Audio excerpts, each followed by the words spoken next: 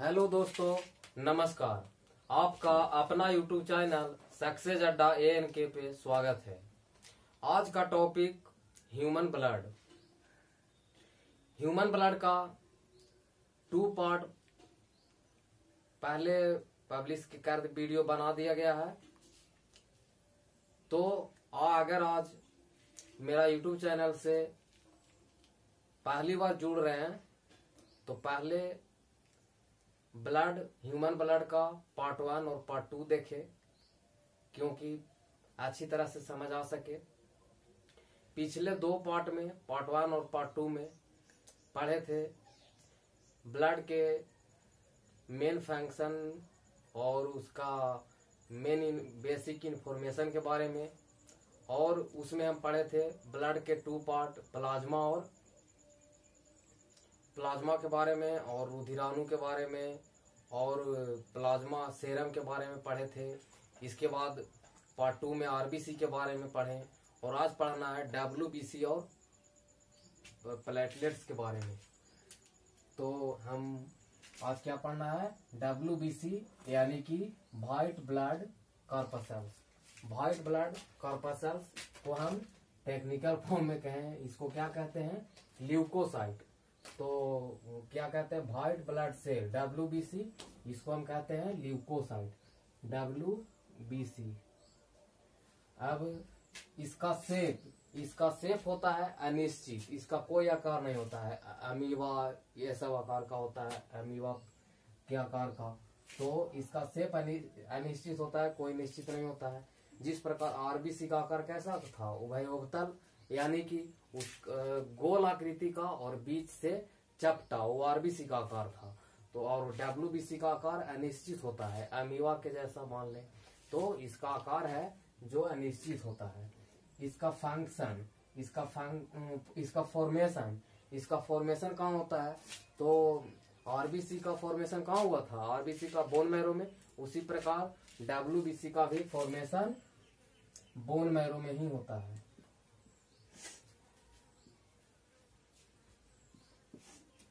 Bone marrow और lymph node में भी होता है।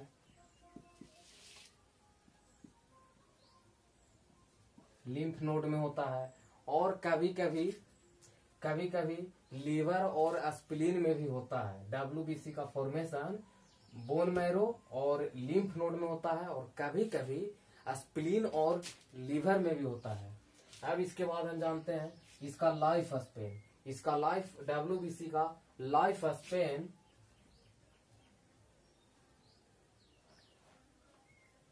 2 to 4 डेज। WBC का जीवन काल 2 से 4 दिन होता है, 2 से 4 दिन।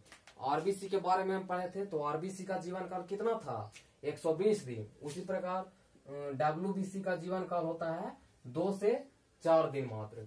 अब न्यूक्लियस, तो WBC में न्यूक्लियस पाया जाता है प्रेजेंट, यानी कि हम पढ़े थे पिछले पार्ट 2 में, तो उस RBC के बारे में। तो RBC में न्यूक्लियस नहीं पाया जाता है, और ये WBC है, उसमें न्यूक्लियस पाया जाता है। अगर किसी भी सेल में अगर न्यूक्लियस नहीं पाया जाता है तो उसका उससे हम DNA का पता नहीं लगा सकते। इसी प्रकार हम RBC से अगर DNA का पता लगाना चाहें तो उससे हम नहीं लगा पाएंगे। और WBC में न्यूक्लियस होता है, इसके वजह से हम इससे हम DNA का पता लगा सकते हैं। यानी कि हम जानते ही हैं कि न्यूक्लियस में ही DNA और RNA पाया जाता है। इसी वजह से WBC में न्यूक्लियस पाया जाता है, तो इससे हम DNA का पता कर सकते हैं। इसी प्रकार जैसे में DNA को हम पता करने के लिए नाखून, बाल, थूक, ये सब से हम पता कर सकते हैं। तो अगर हम RBC से पता करना चाहें तो नहीं कर पाएंगे, WBC से कर पाएंगे, क्योंकि इसमें न्यूक्लियस पाया जाता है। इसका फंक्शन क्या होता है, इसका कार्य क्या होता है, तो WBC है जो इसका मेन फंक्शन होता है, मेन फंक्शन ऑफ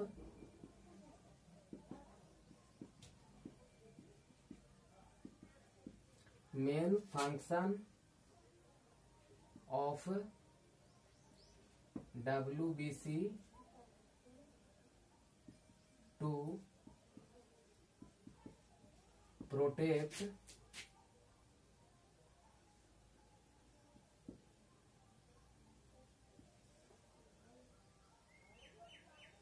दीजिए, यानी कि WBC है जो रोगों से लड़ने में मदद करता है, हमारे शरीर को रोगों से लड़ने में मदद करता है WBC। और ये इम्यूनिटी पावर को भी बढ़ाता है। इम्यूनिटी पावर यानी कि रोगों से लड़ने की क्षमता, यह है जो इम्यूनिटी पावर।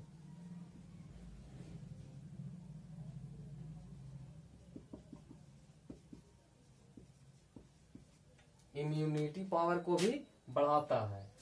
अब the ratio of RBC and WBC, RBC और WBC का रेशियो होता है 600:1। इसका रेशियो कितना होता है? RBC और WBC का रेशियो 600:1। अब इसके टाइप के बारे में पढ़ेंगे। तो WBC के टाइप, तो इसके 5 टाइप होते हैं मेनली, जैसे में एंटीबॉडी, लिम्फोसाइट, मोनोसाइट, न्यूट्रोफिल्स और वैसोफिल्स। तो इसमें मेनली ये 3 ज्यादा इम्पोर्टेंस है, ये 3 ज्यादा इम्पोर्टेंस है। तो एंटीबॉडी होता है जो रक्षा करता है, रोगों से लड़ने के लिए ये हमें रक्षा प्रदान करता है, यानी कि रोगों से लड़ता है। ये अकेले काम नहीं कर सकता। एंटीबॉडी है जो लिम्फोसाइट के सहयोग से है, जो रोगों से लड़ने में मदद करता है। लिम्फोसाइट है, इसका आकार होता है टी आकृति का, इसीलिए इसको हम टी सेल भी बोलते हैं, इसको टी सेल भी बोलते हैं। और जब HIV हो जाता है उसमें यही लिम्फोसाइट है जो प्रभावित हो जाता है। तो एंटीबॉडी है जो बिना लिम्फोसाइट के वो मतलब रोगों से लड़ नहीं पाता है, तो वो किसके सहयोग से लड़ता है? तो लिम्फोसाइट के सहयोग से ही एंटीबॉडी रोगों से लड़ने में लड़ता है। तो जब HIV होता है उस समय यही टी सेल है या लिम्फोसाइट है, वो मतलब यही प्रभावित हो जाता है, जिसके वजह से उस व्यक्ति को रोगों से लड़ने में की क्षमता है जो खो देता है, और धीरे धीरे वो उसका डेथ भी हो जाता है। तो और HIV एक ऐसा बीमारी है, नहीं इसे लोगों से बता भी सकते हैं। अब ये मोनोसाइट, जब रोगों से लड़ने वाली जो सेल होती है तो उसका भक्षण करने का एक कार्य करता है। भक्षण करने वाला जो रोग है उसको एंटीबॉडी और लिम्फोसाइट मिलकर जब उसको डिस्ट्रॉय कर देता है, मार देता है, तो उसको भक्षण करने का एक कार्य करता है। और ये न्यूट्रोफिल्स एक कणिका होती है जिसके ये भी मदद करता है इसको सुरक्षा के लिए। और यही इसी प्रकार का इसका भी वैसोफिल्स का भी कार्य है। अब हम देखते हैं ब्लड प्लेटलेट्स के बारे में। तो ब्लड प्लेटलेट्स को हम क्या कहते हैं? थ्रोम्बोसाइट। इसको हम क्या कहते हैं? थ्रोम्बोसाइट। ब्लड प्लेटलेट्स यानी थ्रोम्बोसाइट। और इसमें नो न्यूक्लियस, इसमें न्यूक्लियस यानी कि केंद्रक नहीं पाया जाता है। और इसका फंक्शन क्या होता है? इसका फॉर्मेशन कौन होता है? इसका फॉर्मेशन भी बोन मैरो में होता है।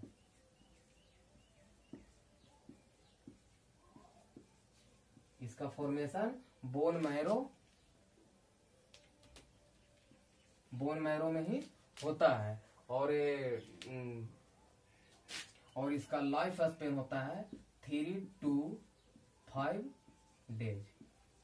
अब हम पीछे पढ़े थे RBC का जो लाइफ स्पेन होता है 120 दिन, WBC का लाइफ स्पेन होता है 2 to 4 days, and blood platelets का लाइफ स्पेन होता है 3 to 5 डेज।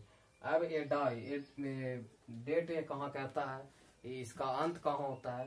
तो ये भी डेट करता है स्प्लीन में। इसका डेट होता है। इट्स मेन फंक्शन, इसका मेन फंक्शन होता है, इसका मेन कार्य होता है ब्लड क्लॉटिंग।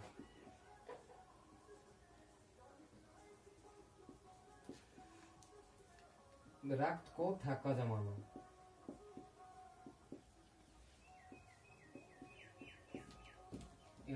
ब्लड प्लेटलेट्स का मेन कार्य होता है ब्लड क्लॉटिंग, यानी कि रक्त को थक्का जमाना। ये डाई कहाँ करता है? स्प्लीन में। इसका लाइफ स्पेन 3 to 5 डेज होता है।